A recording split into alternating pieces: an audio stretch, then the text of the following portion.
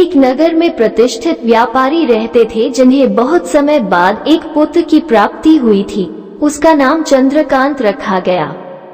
चंद्रकांत घर में सभी का दुलारा था।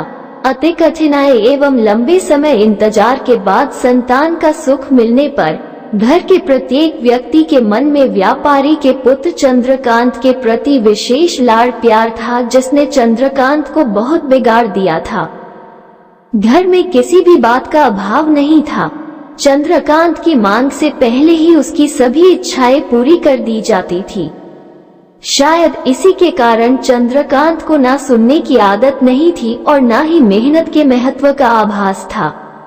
चंद्रकांत ने जीवन में कभी अभाव नहीं देखा था, इसलिए उसका नजरिया जीवन के प्रति बहुत अलग था। और वही व्यापारी ने कड़ी मेहनत से अपना व्यापार बनाया था। ढलती उम्र के साथ व्यापारी को अपने कारोबार के प्रति चिंता होने लगी थी। व्यापारी को चंद्रकांत के व्यवहार से प्रत्यक्ष था कि उसके पुत्र को मेहनत के फल का महत्व नहीं पता।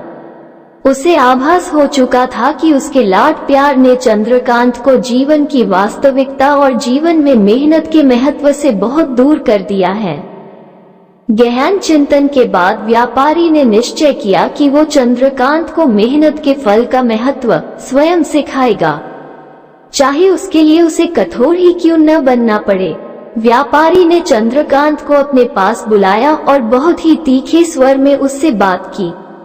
उसने कहा कि तुम्हारा मेरे परिवार में कोई अस्तित्व नहीं है, तुमने मेरे कारोबार में कोई योगदान नहीं दिया और इसलिए मैं चाहता हूँ कि तुम अपनी मेहनत से धन कमाओ, तभी तुम्हें तुम्हारे धन के मुताबिक 2 वक्त का खाना दिया जाएगा।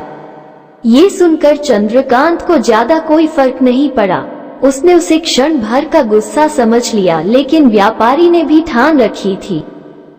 उसने घर के सभी सदस्यों को आदेश दिया कि कोई चंद्रकांत की मदद नहीं करेगा और न ही उसे बिना धन के भोजन दिया जाएगा। चंद्रकांत से सभी बहुत प्यार करते थे, जिसका उसने बहुत फायदा उठाया।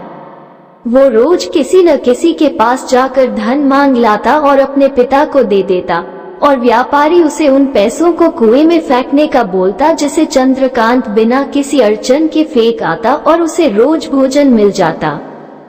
ऐसा कई दिनों तक चलता रहा, लेकिन अब घर के लोगों को रोज रोज धन देना भारी पड़ने लगा।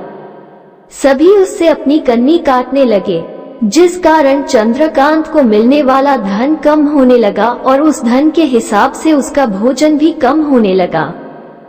एक दिन चंद्रकांत को किसी ने धन नहीं दिया और उसे अपनी भूख को शांत करने के लिए गांव में जाकर कार्य करना पड़ा।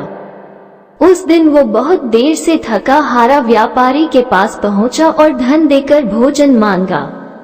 रोज के अनुसार व्यापारी ने उसे वो धन कुएं में फेंकने का आदेश दिया, जिसे इस बार चंद्रकांत सहजता से स्वीकार नहीं कर पाया और उसने पलटकर जवाब दिया, पिताजी, मैं इतनी मेहनत करके पसीना बहाकर इस धन को लाया और आपने मुझे एक क्षण में इसे कुएं में फेंकने कह दिया।